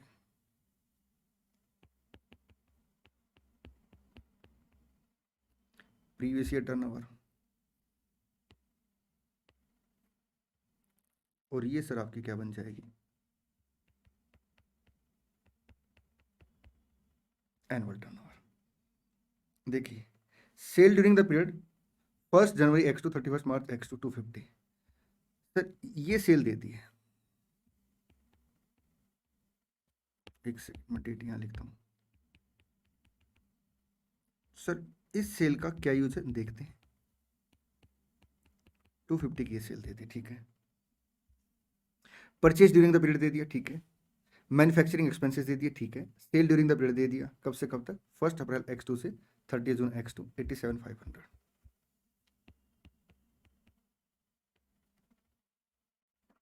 आगे देखिए, स्टैंडिंग चार्जेज इंश्योर्ड दे दिया, actual expenses incurred after fire, ये आपका सर एडिशनल एक्सपेंसेस दे दिया। The general trend of the industry show an increase of the sale by 15%, okay. Sir वो ये कह रहा है कि जो इंडस्ट्री का ट्रेंड है ना, सेल इंक्रीज कर गई है 15% से, और जीपी रेशो डिक्रीज कर गई 5% से, क्योंकि कॉस्ट बढ़ गई है। चले आगे। हाँ जी सर, आइए ध्यान से मेरी बातें सुनना सर, बिल्कुल ध्यान से बातें सुनेंगे, don't worry. Previous year turnover कितनी है सर? 10 लाख। सबसे पहली बात, claim for loss of stock कैसे निकलेगा सर? इसके लिए हमें क्या करना पड़ेगा sir? On the rate of fire, that is 1 April X2। Sir इस दिन value stock on the rate of fire निकालनी पड़ेगी। इसके लिए पहला स्टेप करेगा सर, कैलकुलेट जीपी रेशो। क्या प्रीवियस ईयर का ट्रेडिंग अकाउंट दे रखा? हाँ जी। तो जीपी रेशो कितने से आ जाएगी sir? 250 divide by 10 lakh into 100 GP ratio. Sir इस क्वेश्चन में अगर आप देखेंगे तो ट्रेंड है 5% जीपी रेशो का डिक्रीज का, तो 20% सर करंट ईयर की जीपी रेशो आ गई, ठीक। सेकंड स्टेप क्या रहेगा सर अपना? Value stock on the rate of fire. इसके लिए क्या करेंगे? मेमोरेंडम ट्रेडिंग अकाउंट बनाएंगे, कब से कब तक का? From first day of the year से लेकर up to the date of fire तक का। तो हम लोग यहाँ पे क्या करेंगे सर? मेमोरेंडम ट्रेडिंग अकाउंट बनाएंगे 1 जनवरी X2 से लेके 31 मार्च X2 तक, मतलब 1 अप्रैल X2 तक, ठीक है जी सर। आइए, सबसे पहले क्या आएगा सर? ओपनिंग स्टॉक आएगा। कितने से सर? 90,000 अपना ओपनिंग स्टॉक बन जाएगा, बिल्कुल ठीक है। उसके बाद सर परचेजेज आएंगी, कितने से सर? 3 लाख से। डायरेक्ट एक्सपेंडिचर दे रखा सर आपका, मैन्युफैक्चरिंग एक्सपेंसेस 70,000 आ जाएगा, ठीक है। उसके बाद सर क्या आएगा? सेल आएगी, कब से कब तक? From first day of the year से लेके up to the date of fire तक, ठीक है। कब से कब तक की सेल आएगी? From first day of the year से लेके up to the date of fire तक। कितनी है सर? 250 है। जीपी रेशो सर 20% है, 50,000 आ गया, क्लोजिंग स्टॉक आ गया। क्या क्वेश्चन में कोई सैल्वेज वैल्यू दे रखी है सर? क्वेश्चन में कोई सैल्वेज वैल्यू नहीं दे रखी, ठीक है। तो एक्चुअल लॉस ऑफ स्टॉक कितना बनेगा सर? यही बन जाएगा। वैल्यू स्टॉक भी यही बन जाएगा। पॉलिसी का अमाउंट सर कितना दे रखा है आपको सर? 3 लाख दे रखा है। पॉलिसी का अमाउंट अगर value stock on the rate of fire से ज्यादा है तो एवरेज क्लोज नहीं लगेगा, तो 260 का सर अपना क्या आ जाएगा सर? क्लेम आ जाएगा, claim for loss of stock 260 से, ठीक है जी सर। आइए आगे बढ़ते हैं। अब सर हमें निकालना है claim for loss of profit, जिसका पहला स्टेप क्या है सर? पहला स्टेप है अपना, हमें सबसे पहले क्या करना पड़ेगा सर? हमें सबसे पहले ना सर शॉर्ट सेल कैलकुलेट करनी पड़ेगी, बिल्कुल ठीक है। और शॉर्ट सेल के लिए पहला स्टेप क्या रहेगा सर? शॉर्ट सेल के लिए अपना पहला स्टेप रहेगा हमें ना सर स्टैंडर्ड टर्नओवर निकालनी पड़ेगी, बिल्कुल ठीक है। तो आप यहाँ पे क्या करेंगे सर? स्टैंडर्ड टर्नओवर निकालेंगे, कब से कब तक की? 1 अप्रैल X1 से लेकर 30 जून X1 तक की, ठीक। सोचिए, फिर मैं सोल्व करा रहा हूँ इसको।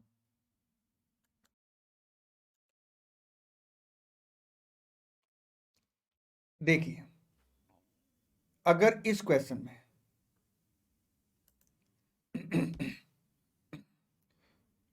थोड़ा गला खराब चल रहा है बेटा सर, कोई बात नहीं, हो जाएगा ठीक, बिल्कुल ठीक हो जाएगा बेटा।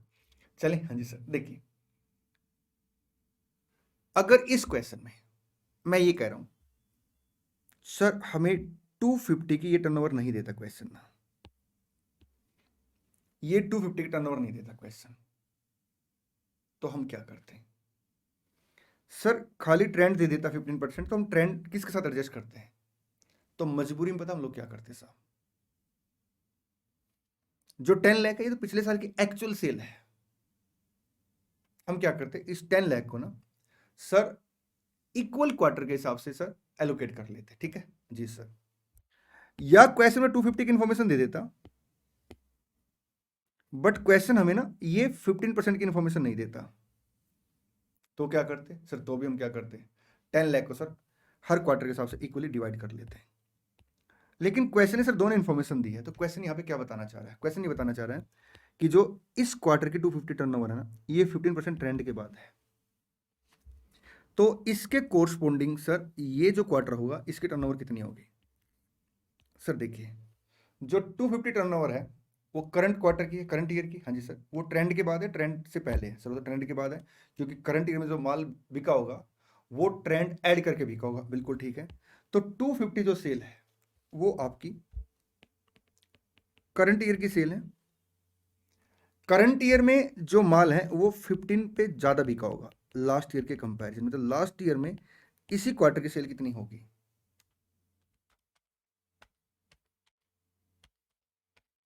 सर 217,391।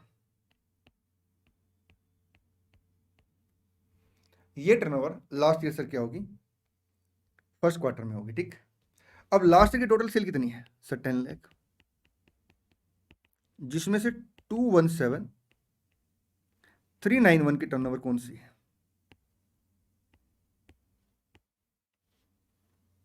सर फर्स्ट क्वार्टर की।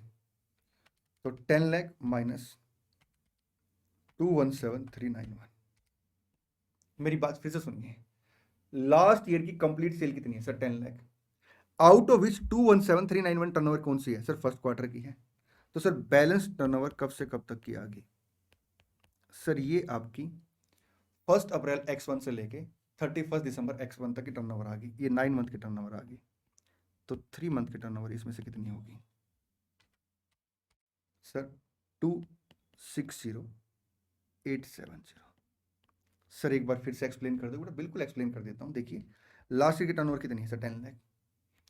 अगर क्वेश्चन में करंट ईयर के फर्स्ट क्वार्टर की टर्नओवर ना देता या ट्रेंड नहीं देता तो हम लोग क्या करते, 10 लाख को इक्वल डिवाइड कर लेते। ठीक। अब क्वेश्चन हमें ये बता रहा है कि करंट ईयर में फर्स्ट क्वार्टर में 250 की टर्नओवर हुई है, जिसमें 15% ट्रेंड ऑलरेडी है। तो लास्ट ईयर फर्स्ट क्वार्टर की टर्नओवर कितनी आएगी सर? 250 divide by 1.15। ठीक। 10 लाख में से फर्स्ट क्वार्टर की टर्नओवर हमें पता लग गई है, बाकी क्वार्टर की टर्नओवर हम क्या मानेंगे? इक्वल मानेंगे, क्योंकि हमें इंफॉर्मेशन सर इतनी दे रखी क्वेश्चन है। ठीक है जी सर। तो सर ये क्या निकल के आ गई? Standard turnover. आइए सबसे पहले क्या करेंगे सर? शॉर्ट सेल कैलकुलेट करेंगे। Sir standard turnover plus trend, 3 lakh की स्टैंडर्ड टर्नओवर आ गई आफ्टर ट्रेंड, माइनस क्या कर देंगे सर? एक्चुअल टर्नओवर कितनी है? 87,500। तो बैलेंस आपका शॉर्ट सेल आ गई 212,500 से, ये शॉर्ट सेल आ गई। सेकंड स्टेप क्या रहेगा सर? जीपी रेशो कैसे कैलकुलेट होगा सर? नेट प्रॉफिट कितना है सर? 50,000 प्लस क्या आएगा सर? इंश्योर्ड स्टैंडिंग चार्जेस कितने से? सर क्वेश्चन इन्फॉर्मेशन दे रखी है, देखिए standing charges insured 50,000 divide by क्या आएगा सर? प्रीवियस ईयर टर्नओवर कितने से है सर? 10 लाख से इंटू 100, 10%, 5% डिक्रीज ट्रेंड है, तो जीपी रेशो 5% आ गया। थर्ड स्टेप क्या रहेगा sir? Claim for short cell,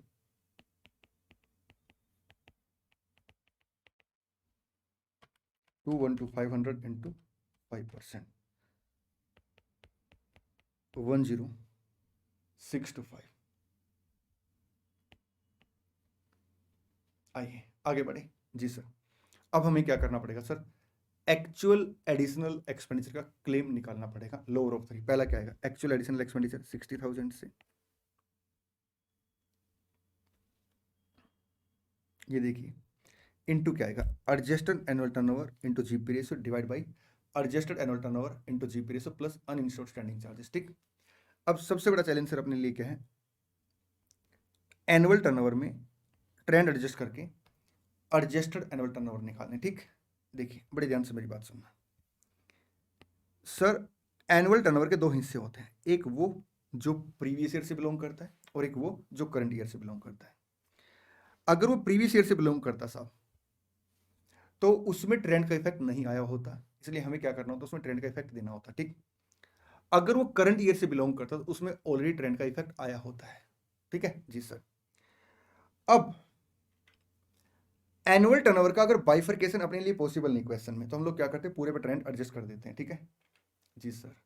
अब इस क्वेश्चन में अगर आप देखेंगे तो सर क्या एनुअल टर्नओवर का बाइफरकेशन पॉसिबल है? बिल्कुल पॉसिबल है। कैसे? 1 अप्रैल X1 से लेके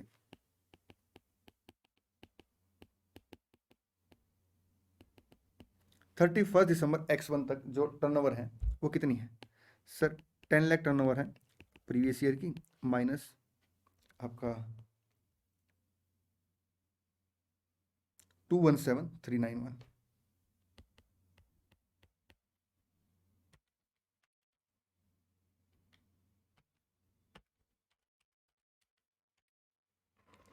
सेवन 609 आ गया। ठीक है, इसमें मैं क्या करूंगा सर, आप इसमें ट्रेंड ऐड कर देंगे 15% से, 9 लाख आ गया।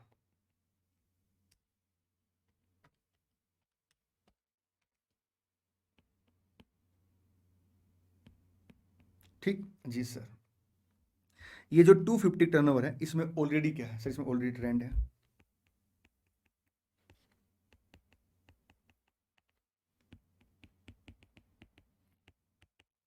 March 31 X2 1150 क्या आ गया सर? एडजस्टेड एनुअल टर्नओवर आ गया। ठीक जी सर। आइए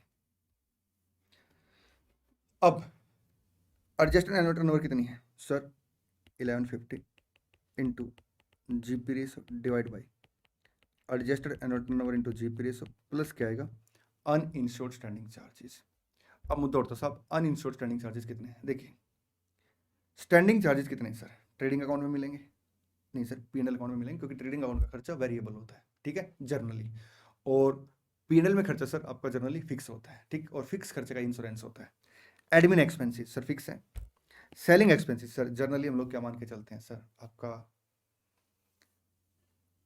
सर वेरिएबल एक्सपेंडिचर मान के चलते, तो हम लोग क्या करेंगे, एग्जाम में नोट दे देंगे कि हमने क्या किया है, सेलिंग एक्सपेंडिचर को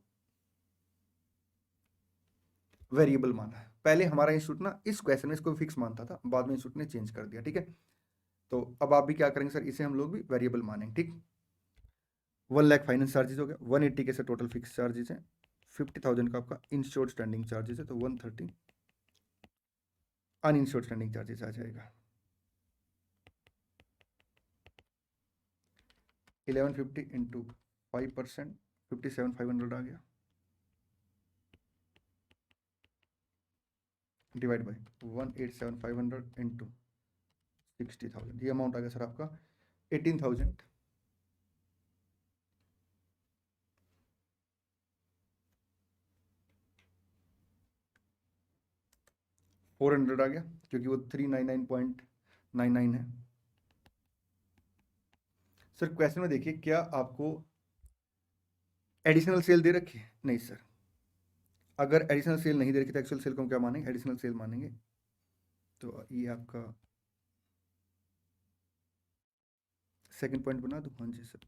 फर्स्ट पॉइंट आपका 60,000, थर्ड आएगा 87,500 इंटू 5%, कितना अमाउंट आ गया सर? 4375। ठीक जी सर। आइए क्या करेंगे sir, claim for short cell अपना है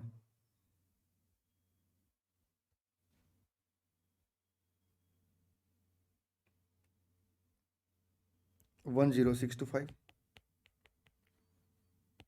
क्लेम फॉर एडिशनल एक्सपेंसेस 4375, 15,000 का सर अपना क्या आ गया, टोटल क्लेम आ गया, इनटू क्या करेंगे, पॉलिसी अमाउंट। यहाँ पे एवरेज क्लोज नहीं लगेगा, क्योंकि आपका adjusted annual turnover into GP ratio sir in comparison to policy amount कम आ रहा है। कोई नहीं, फिर भी मैं अमाउंट कैलकुलेट करके दिखा देता हूँ आपको। 1 लाख डिवाइड बाई 1150 का 5%,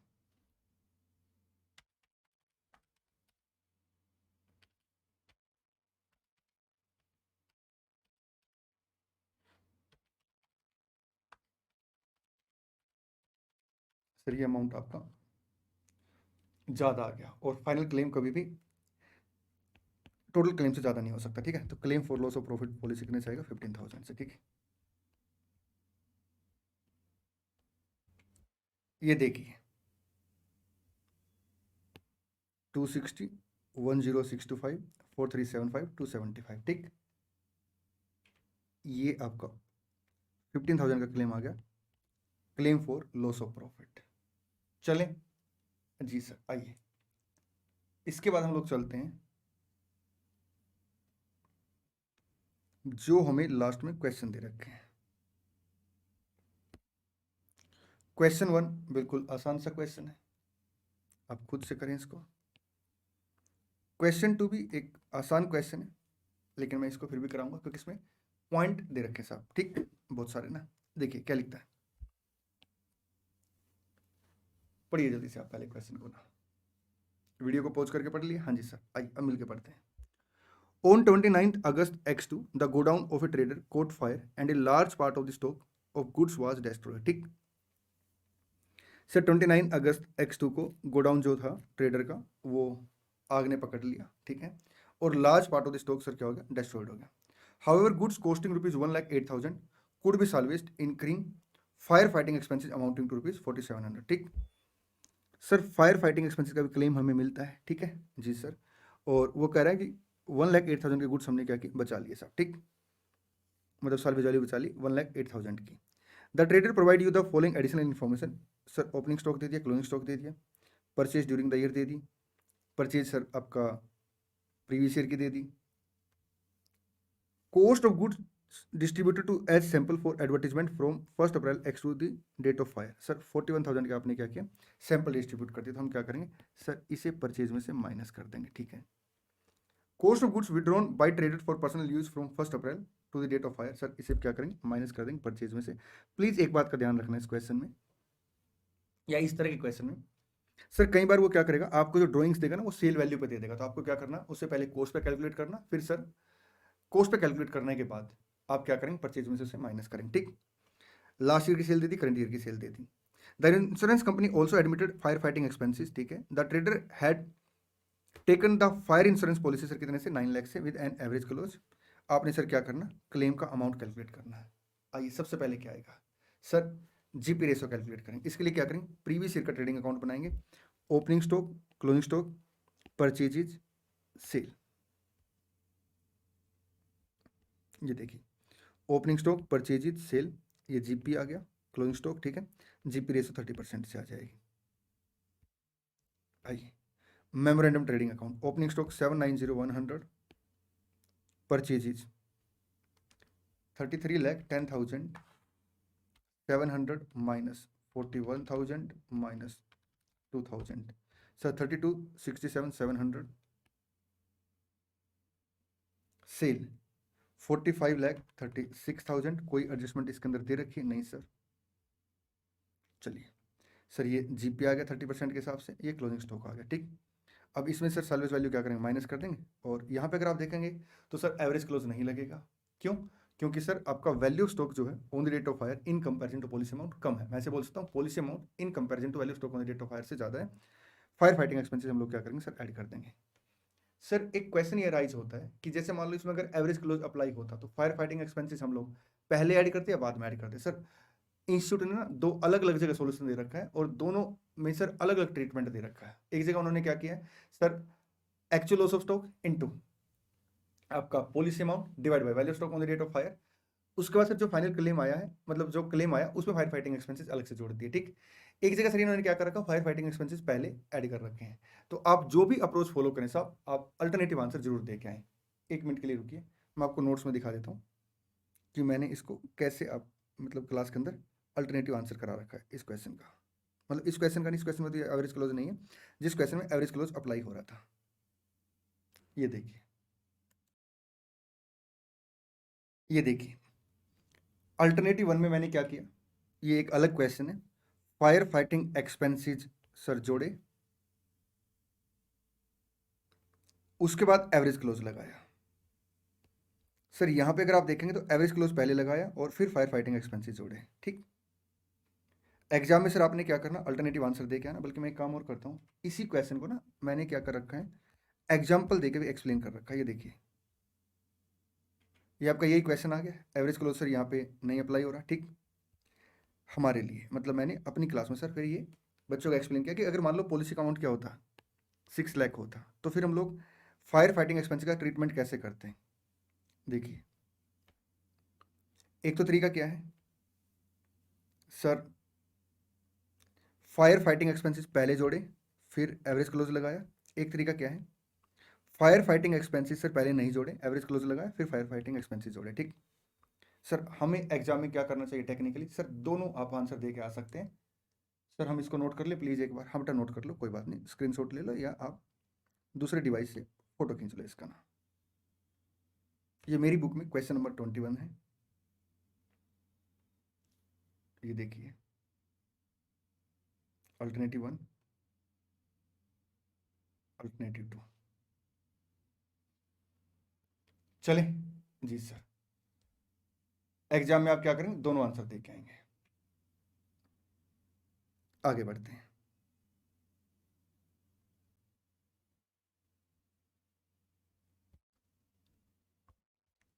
क्वेश्चन नंबर 3, चलो इसको भी हम लोग डिस्कस कर लेते हैं।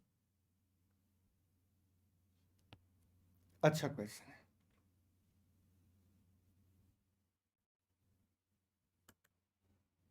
देखिए क्या लिखता है, a fire occurred in the premises of Messrs fire proof company. Okay, fire proof company में भी आग लगी साहब, ठीक। On 31 August X1 from the following particular relating to the period from 1st April to 31st August X1, you are requested to ascertain the amount of claim to be filed with the insurance company for the loss of stock.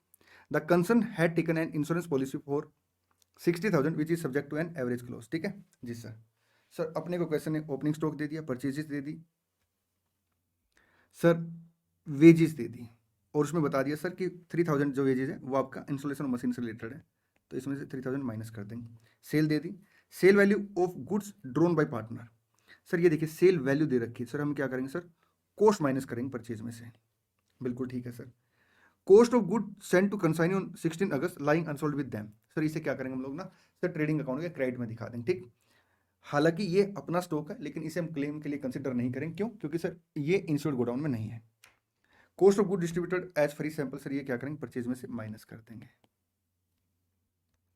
While valuing the stock at 31st March X1, 1000 were written off in respect of a slow moving item. हमने sir क्या कर रखा है, इस 99,000 में से 1000 right of कर रखा है, तो 1 लाख का स्टॉक आ गया। हाँ जी सर, इसके दो पार्ट कर लेंगे, कौन कौन सा, एक नॉर्मल आइटम, एक abnormal item. While valuing the stock at 31st March X1, rupees 1000 were written off in respect of a slow moving item, the cost of which was rupees 5000। Sir इस item की cost कितने से थी, 5000 से, तो इसकी cost 95,000 आ जाएगी, ठीक है जी सर। आगे देखिए, ए portion of these goods were sold at a loss of 500 on original cost of 2500। Sir इसका एक पार्ट जिसकी कॉस्ट 2500 थी, 500 के लॉस पे हमने उसे बेच दिया और बैलेंस अनसोल्ड बच गया, ठीक जी सर। आगे देखिए क्वेश्चन क्या लिखता है, the reminder of the stock is now estimated to be worth the original cost, ठीक है। The value of goods salvage was estimated at 20,000। Sir salvage goods की वैल्यू 20,000 है, एवरेज रेट ऑफ जीपी कितने से 20% है, ठीक है जी सर। आइए सबसे पहले क्या करेंगे sir, sir value stock on the rate of higher निकालेंगे, तो ओपनिंग स्टॉक सर बाइफरकेट कर देंगे, 95,000, 5,000 और 1 लाख, ठीक। परचेजेस देखिए सर, आपका 20% जीपी रेशो है, सेल वैल्यू दे रखी है, पार्टनर जो ड्रॉ किया है गुड्स, तो 15,000 माइनस 20%, 12,000 आ गया, 1500 ये आ गया, माइनस 170 ये आ गया, 156,500 आ गया। सेल कितने से है सर, वेजेस 47,000 से आ जाएगी, बिल्कुल ठीक है सर। सेल है 242 की, जिसमें से सर 2000 की सेल एबनॉर्मल आइटम, 500 का एबनॉर्मल आइटम का लॉस रिकॉर्ड कर लेंगे, ठीक है। कंसाइनी के पास गुड सर 16,500 से हैं, ये अपना क्लोजिंग स्टॉक बच गया 90,000, आपका नॉर्मल आइटम है 2500, ओरिजिनल कॉस्ट पे वैल्यूएशन है 92,500, 20,000 की सर सैलवेज वैल्यू दे रखी क्वेश्चन ने, ये देखिए sir actual loss of stock कितने से है सर? 72,500 से। सर पॉलिसी 60,000 की है, तो एवरेज क्लोज से क्लेम आ जाएगा। ठीक है जी सर। बेटा क्वेश्चन नंबर 4 आसान सा क्वेश्चन है, अपने आप कर लेंगे। क्वेश्चन 5 आसान सा क्वेश्चन है, अपने आप कर लेंगे। ठीक है, क्योंकि सारे पॉइंट क्वेश्चन 5 के भी हमने कहीं ना कहीं डिस्कस कर लिए हैं। सर देखिए क्वेश्चन नंबर 6 आपका है पॉलिसी का अमाउंट कैलकुलेट करने का क्वेश्चन। हम लोग जो पॉलिसी लेते हैं कब लेते हैं सर? आग लगने के बाद या पहले? सर पहले पॉलिसी लेंगे। तो जनरली क्या होता है, अगर मेरे को आज पॉलिसी लेनी तो मैं क्या करूँगा सर? नेक्स्ट ईयर की पॉलिसी लूंगा। बिल्कुल ठीक है सर। तो सबसे पहले हम लोग क्या करेंगे सर? एक्सपेक्टेड टर्नओवर निकालेंगे। ठीक है, इनटू क्या करेंगे सर? जो जीपी रेशो होगी उससे मल्टीप्लाई कर देंगे। ठीक, अब यहाँ पे तो जीपी रेशो आएगी claim for loss of profit policy के लिए। सर जीपी रेशो का मतलब होता है आपका net profit plus insured standing charges divide bye previous year turnover. ठीक, अब यहाँ पे सर मैं आपको बता दूं जी सर, जितने स्टैंडिंग चार्जेस हम लोग ये मान के चलेंगे कि सारे के सारे हम लोग इंश्योरेंस कराएंगे, इसलिए हम कंप्लीट स्टैंडिंग चार्जेस यहाँ पे कंसिडर करेंगे। हाँ, अगर स्टैंडिंग चार्जेस सर आपने कंसिडर नहीं करने तो फिर क्वेश्चन आपने बताएगा। ठीक, तो स्टेप वाइज बात करें। सबसे पहले क्या करेंगे? एक्सपेक्टेड सेल कैलकुलेट करेंगे। सेकंड सर जीपी रेशो से मल्टीप्लाई करेंगे। ठीक है, जीपी रेशो हम लोग क्या करेंगे सर? सारे स्टैंडिंग चार्जेस कंसिडर करेंगे। ठीक, और अगर एक्सपेक्टेड इंक्रीज है एक्सपेंडिचर में सर तो उसे ऐड कर देंगे तो पॉलिसी का अमाउंट आ जाएगा। ठीक, देखिए question number 6, a trader intend to take a loss of profit policy with indemnity period of 6 month. ठीक जी sir, however he could not decide the policy amount. Sir वो पॉलिसी का अमाउंट डिसाइड नहीं कर पाया। From the following details you are required to suggest the policy amount to him. Sir आपने क्या करना, इस इंफॉर्मेशन के बेस पे उसे पॉलिसी का अमाउंट सजेस्ट करना है। Turnover in the last financial year 450 है। स्टैंडिंग चार्जेस सर कितना है? 90,000 है। ठीक है, net profit earn in the last year was 10% of the turnover and the same trend expected in the subsequent year. तो 450 का 10% 45,000 डिवाइड बाई 450, तो sir GP race अपनी 30% आ गई। इंक्रीज इन टर्नओवर एक्सपेक्टेड 25%, तो एक्सपेक्टेड टर्नओवर कितने से आ जाएगी आपका? प्लस 25%,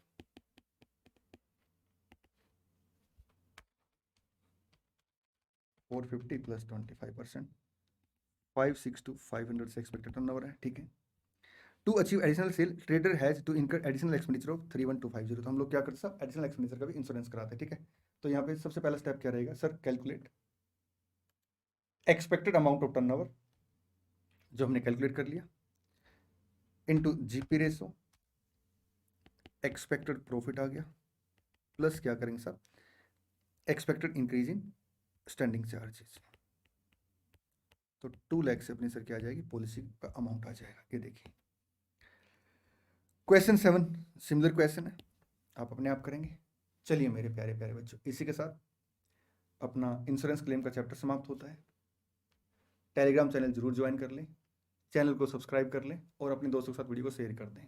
गोल्डन टाइम चल रहा है पढ़ाई करने के लिए, इससे बेस्ट टाइम नहीं हो सकता। डेली 10 से 12 घंटे पढ़ें।